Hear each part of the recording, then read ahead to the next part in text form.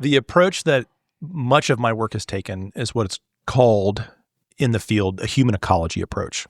And the basic idea is that just like a natural ecology, any of the kind of complex challenges that we're trying to go after have multiple dimensions to them. And too often when we try to solve them or we work on them, it's like a game of whack-a-mole.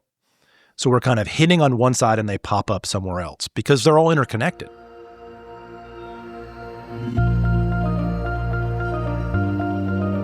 Welcome to More Than Profit, the podcast where values, vision, and capital converge.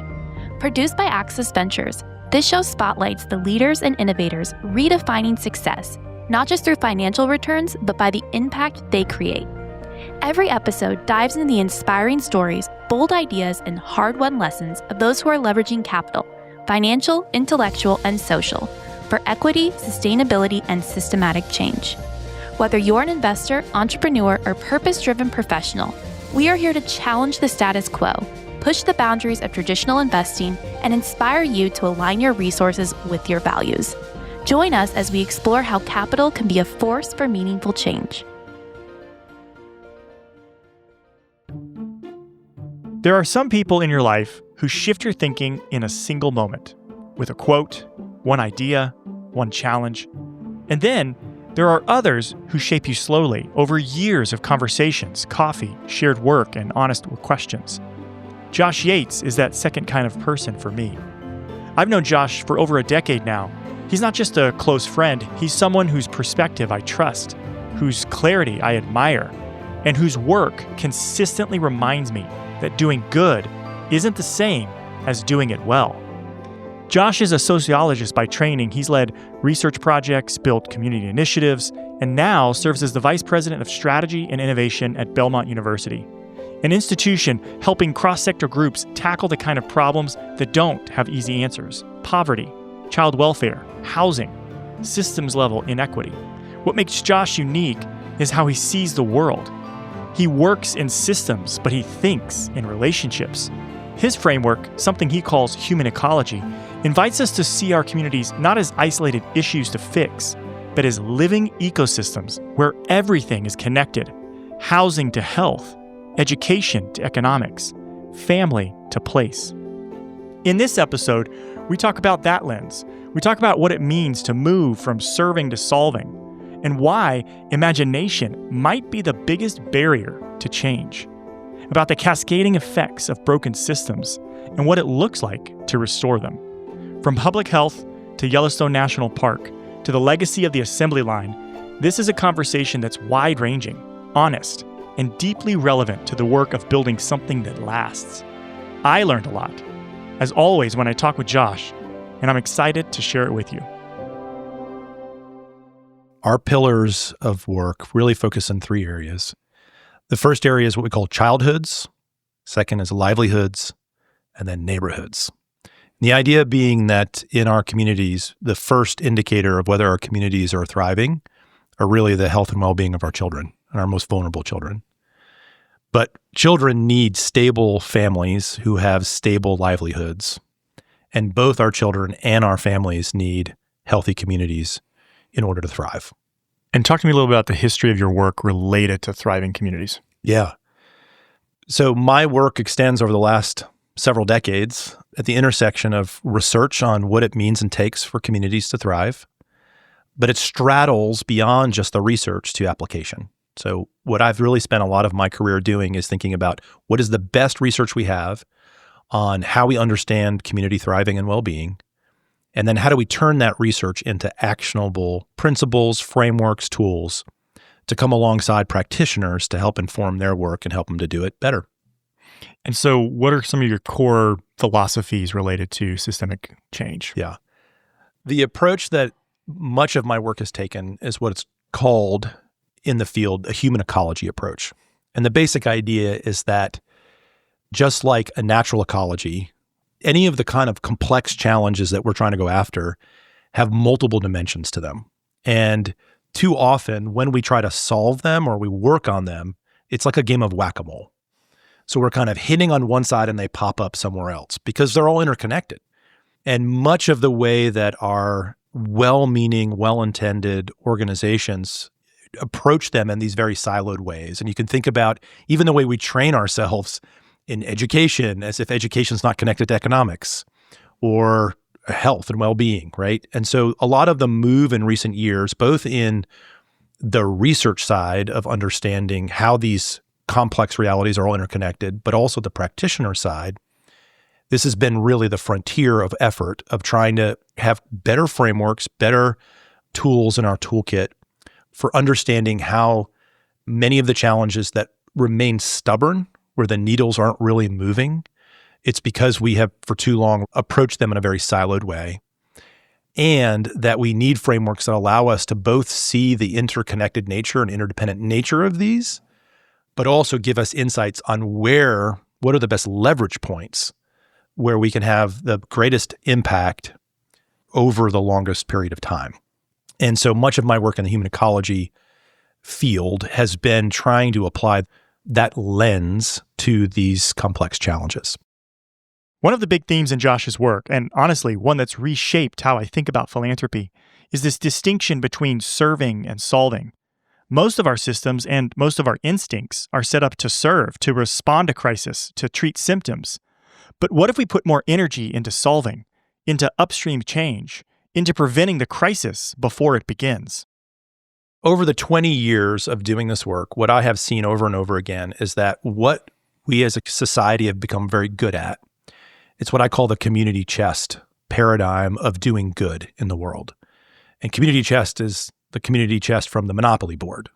Right? That was the old language we had before we had United Ways and community foundations. They were called community chests.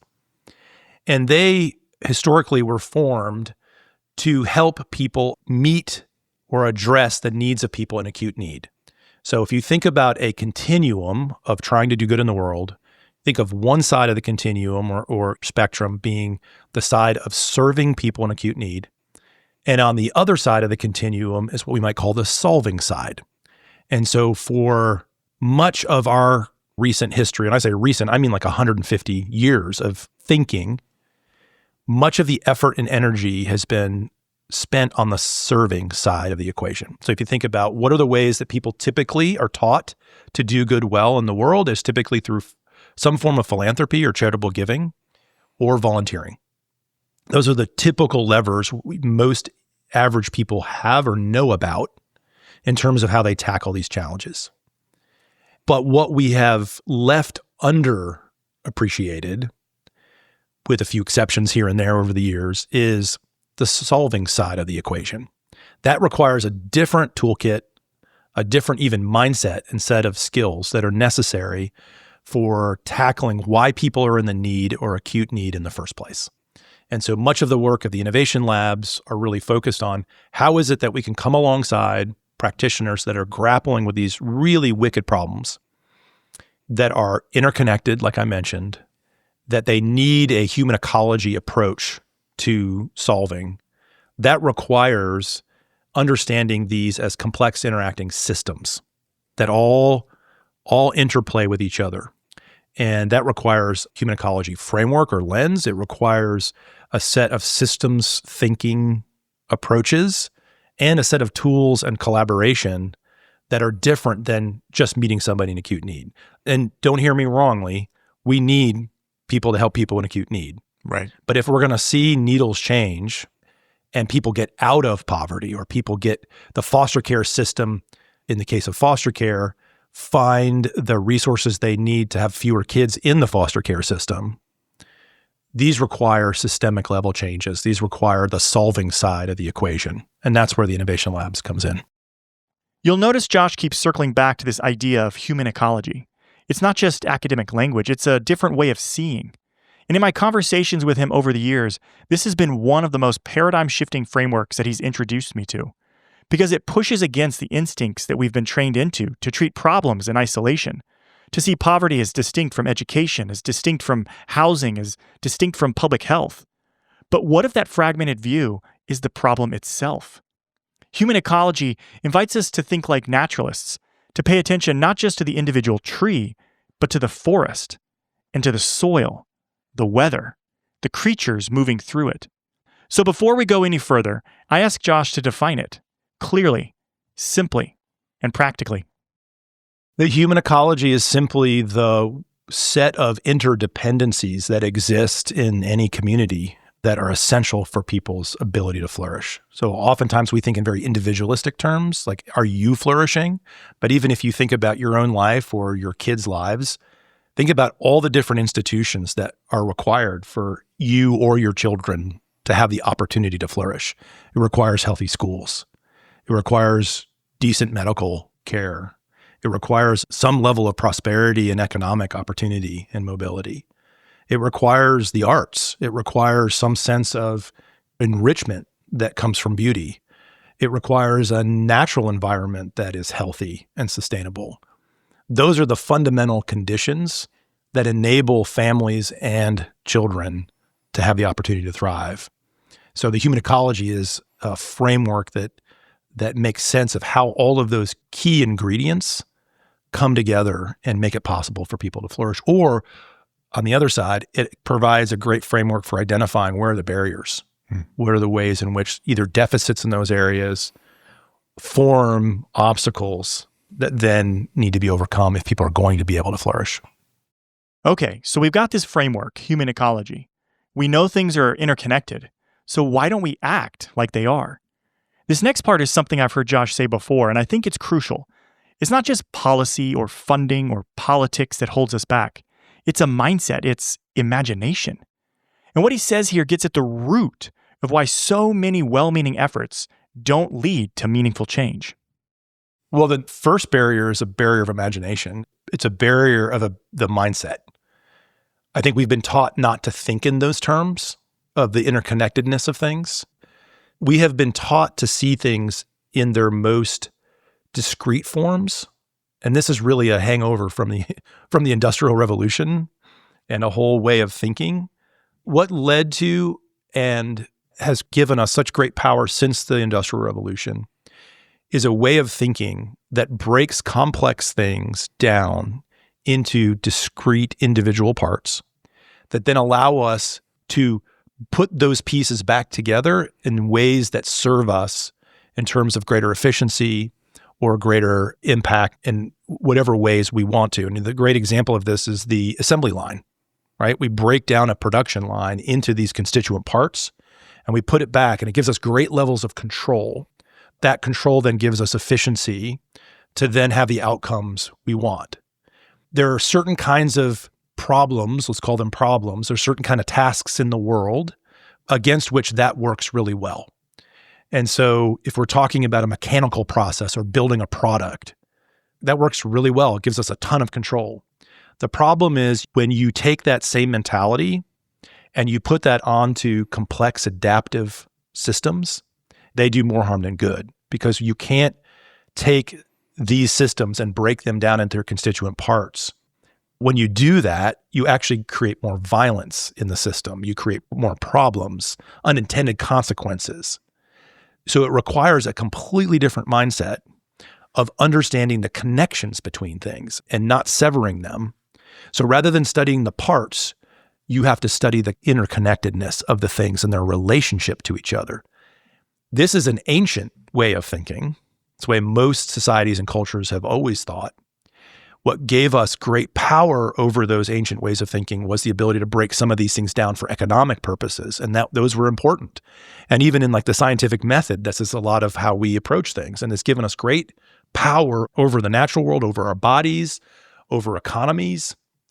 But when you apply those things indiscriminately to all kinds of things, including things that are called complex adaptive systems, and by the way, a family is a complex adaptive system, a community is a complex adaptive system, a city are complex adaptive systems within systems. These are all things that have a set of relationships. Mm-hmm.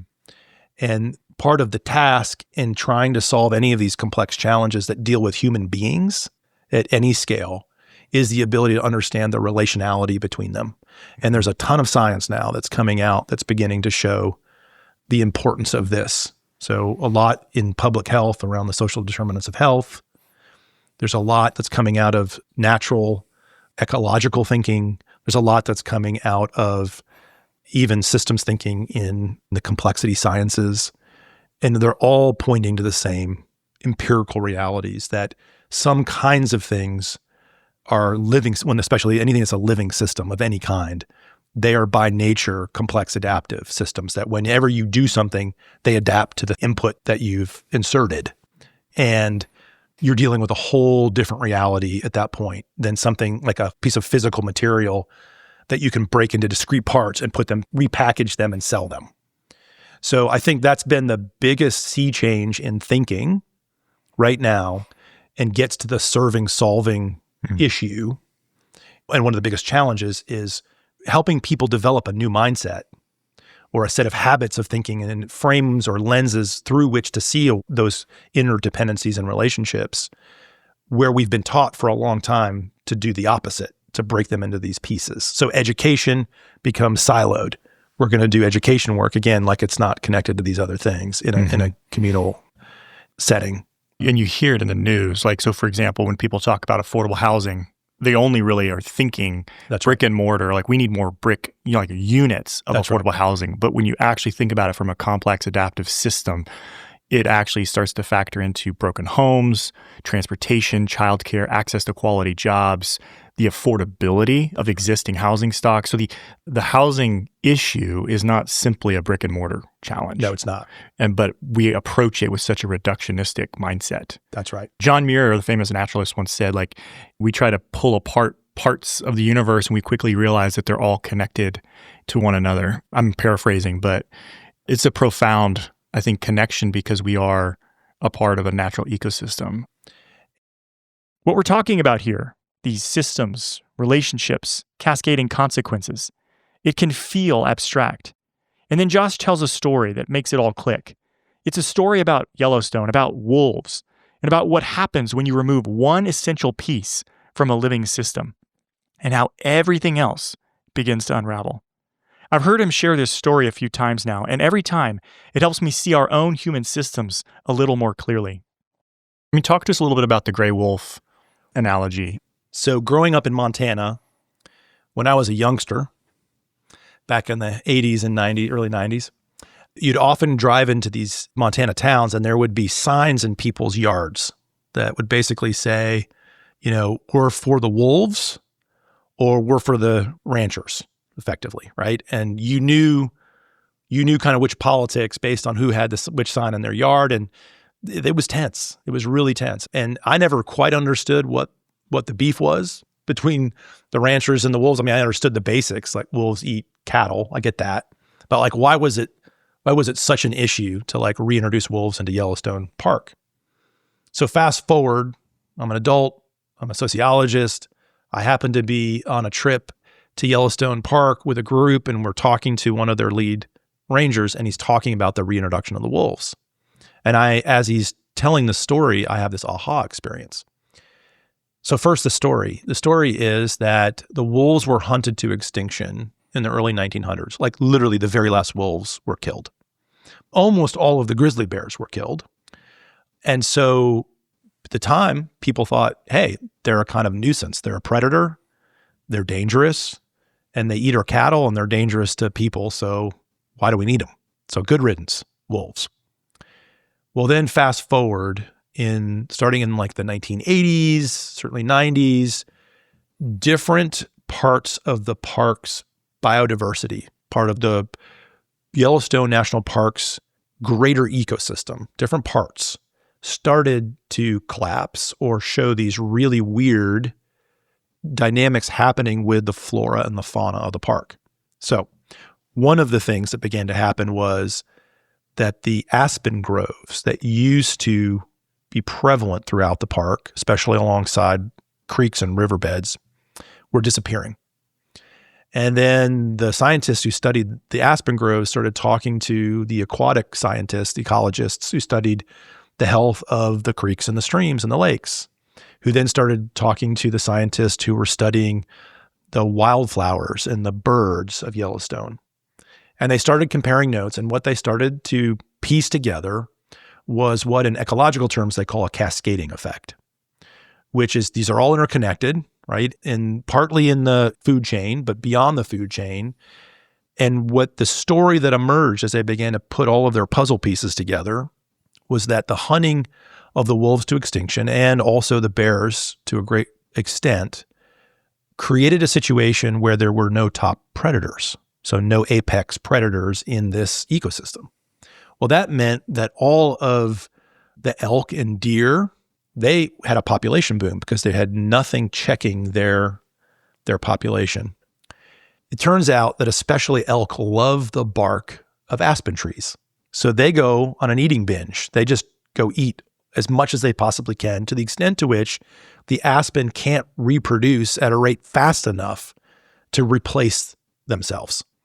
Well, it turns out that because of where they're all located, it's not just aspen, it's willow, and it's a whole bunch of other related species, but they form a crucial erosion retardant on the side of these riverbeds. So without those things, we now start having lots of erosion into the streams and creeks, which now disturb the aquatic ecosystems, and so on and so forth, the cascading effects all the way down. And so the recognition was that every ecosystem has what they call a set of keystone species. And these keystones, think of like an arch with a keystone at the top. You can remove a few of the other bricks in the arch and it still has structural integrity. But if you remove the keystone, the whole thing collapses. And so that's what they were recognizing in the Yellowstone case, is that the wolves were a keystone species. And then the removal of those, it took 80 years to see the full effects of the eradication of the wolves on the ecosystems. And so the solution was we have to put the keystone back in place. And there was lots of arguments about whether or not that would be a good idea or not, right? And the reality since, as I understand it, is that they have reintroduced the wolves. And after a very traumatic few years of readjustment on the part of elk and deer, as you might imagine, it actually has restored a lot of balance in the ecosystem, okay? So much so that the ecosystem is now more vibrant, more dynamic, and is spilling out. There's unintended consequences too. Now it's spilling out beyond, into communities and various things, because there's now a much higher population of bears. There's a much higher population of wolves and other things, even those lower population of like deer and elk. So that's the power of what a keystone species can be in a natural ecosystem. What I'm also interested in then is in human ecosystems. What are the equivalents to the keystone species? I'll call them a keystone variable. Which people, organizations, policies, you name it, what are the equivalent in human ecosystems or human ecologies that are essential to holding certain systems in place if they're healthy and good and vibrant? Or what are the keystones that you need to address or take away if they're not? And those form really interesting questions, both from a research side and a practice-oriented side when you're trying to go after these complex realities. Each year, about 3.5 million young people in America graduate high school and step into adulthood, surrounded by family, guidance, and support. But for 20,000 of them, those aging out of foster care, that transition is far more uncertain.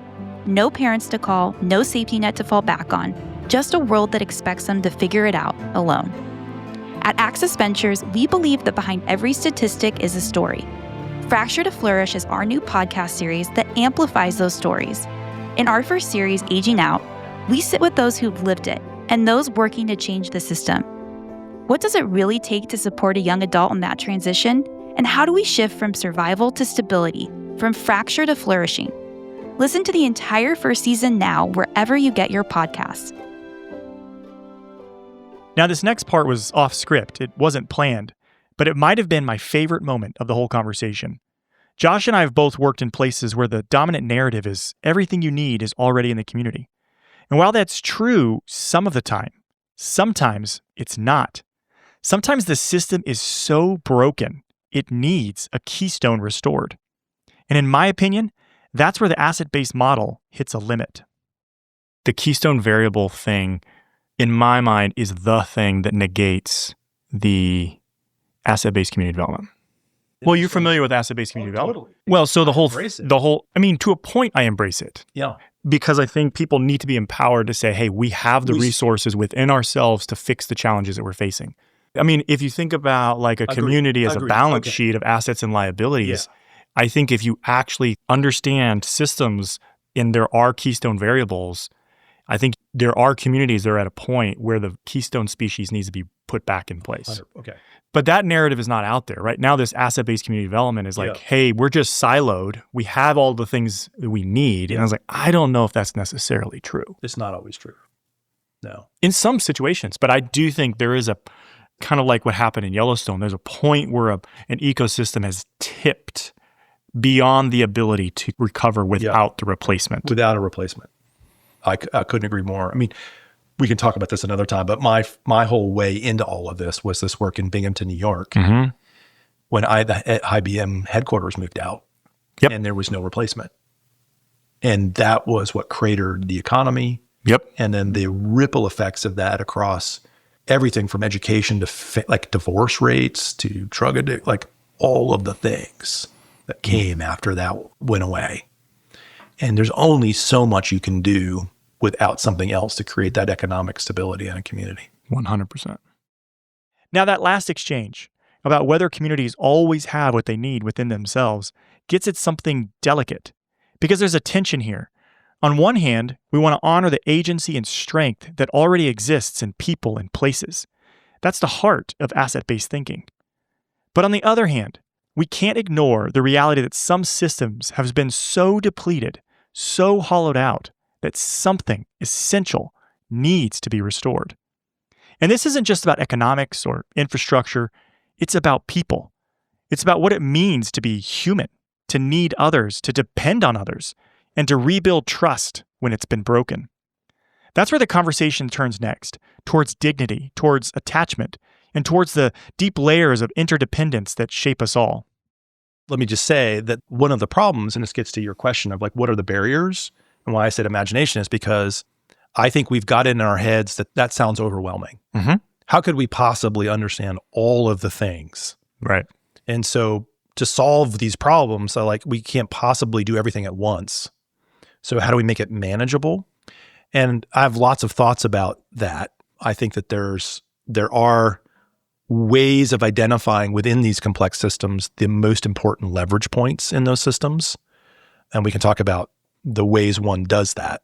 But I always like to go back to a great little video that makes this point quite clearly.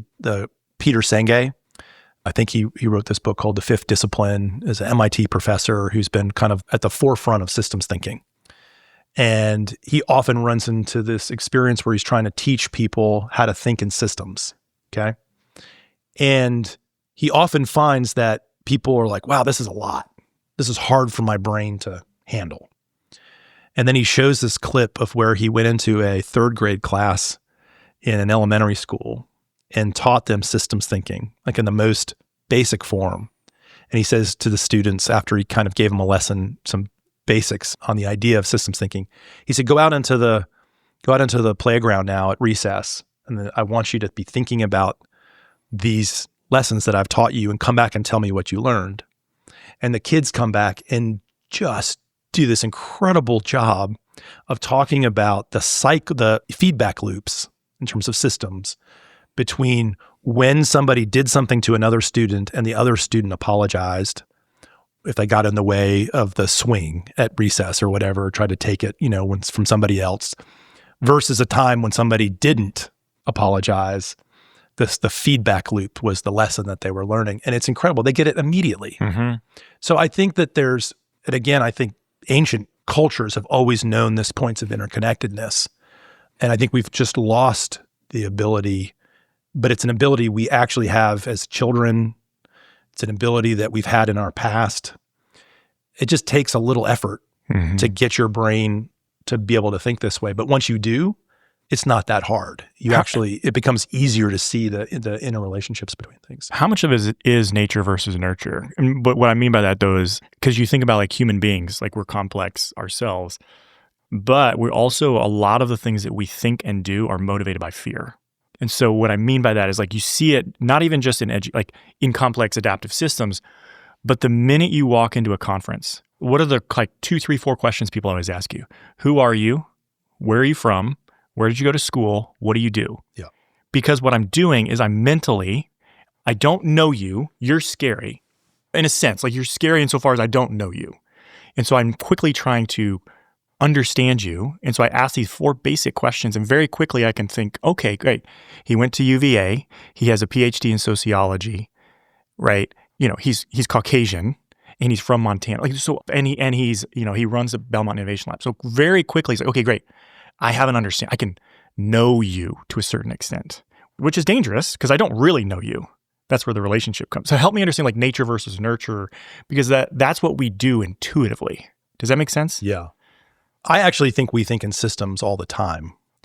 But you're right. Where the brain goes in those situations, like you mentioned, is we're trying to create some level of risk assessment, but also just knowing how to act. I mean, it's a way that our brain tries to do wayfinding. Is this a situation that I should be nervous or anxious about? Is this a situation where I have an opportunity to actually benefit? I mean, it's a wide range of things that your brain is kind of calculating. Is this a situation of safety and opportunity, or is this a situation of some form of threat? Maybe too strong of a word, but it could be. But it may be a situation where I have to be on my guard in some way. So I think we're always trying to, from an instinctual sense, get a sense of where are we and what is our situation. Our brain is always doing that. But I think that and I'll get back to the wolves story in a second, but I think that the way that we already habitually think in terms of interconnectedness, because it's inescapable. We are dependent creatures. So I almost think like the better way of thinking about this is in your families. So we're the kind of creature that requires other human beings around us for our sustenance and support, especially when we're like infants. So we're dependent creatures right out of the gate. And as our relationship with our caregivers, our parents, or whomever's giving care, and this is germane to the foster care discussion, as we learn very quickly whether those environments and those relationships are safe or loving, we quickly create habits of action and anticipation really quickly. And then those become, depending on how much they're reinforced, either negatively or positively, those become ingrained. But we're already operating within systems of interdependence and relationship. So I think that it's, both on the question of, is it nature or nurture that creates our ability to think in systems? I think systems is just a fancy language that we can use today just to talk about being relational creatures, which we are universally everywhere in all times. It's just we use different language depending on our culture and our time and history about how we talk about those things. The difference today may be, though, that in addition to our families and our local communities, we have all kinds of other factors that are playing on us, like social media, right? Or sets of expectations that are coming from the outside that are coming from a world away. But the fundamentals remain the same. We're relational creatures, we're dependent creatures, and we quickly learn whether or not we're in a safe situation or not. And then those become ingrained in our ways and habits of dealing with others until, especially if they're negative, until we have enough positive experience that allows us to put our guards down and trust the interrelationship and the interdependencies. So part of a human ecology approach isn't just understanding the wider social conditions that make it possible for children and families to flourish. It's also at a really intimate level. They're forming the systems of interdependence, of love and safety and security on the one side versus trauma, versus having the sense of abandonment and attachment issues that come from that. Those are also part of it at a really intimate level, but they're all based on our interdependence and interrelationship. And that's, for me, that's the key, whatever scale we're talking about, that's the key. If you don't understand those interrelationships as the piece that needs to be addressed or solved for, then oftentimes you're misunderstanding who we are as a creature, and you can often pursue forms of interventions that are ultimately not helpful and often can do more harm. There's a kind of clarity in what Josh just said that beneath all of our systems and policies, we are relational creatures, dependent and interconnected. And whether we're talking about a family, a school, or an entire city, the real question is, are these systems creating the conditions for trust, for healing, for human dignity to emerge? That's the challenge and the invitation of human ecology, to see the world not in its parts, but in relationships, and to recognize that solving problems doesn't start with control, it starts with connection. Thanks for being here with us on More Than Profit. If you found this conversation meaningful, send it to someone else who's wrestling with these kinds of questions.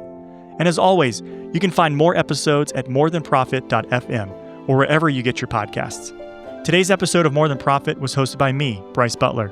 Our executive producer is Crystal Esquivel, and our associate producers are Bryn McKay and Bailey Pendleton. Graphics design is by Justin Esquivel, and audio production assistance provided by Resonate Recording. Thanks for tuning in to More Than Profit, a podcast produced by Access Ventures. We hope today's conversation inspired you to think differently about how values, vision, and capital can create meaningful change. To stay up to date, make sure to subscribe wherever you get your podcasts. While you're there, we'd love if you left a review to help others find the show. Visit us at www.accessventures.org/podcast for additional content and past episodes. You can also join the conversation by following us on Twitter at ACS Ventures. I'm Bryn McKay, and you've been listening to More Than Profit, a production of Access Ventures. See you next time.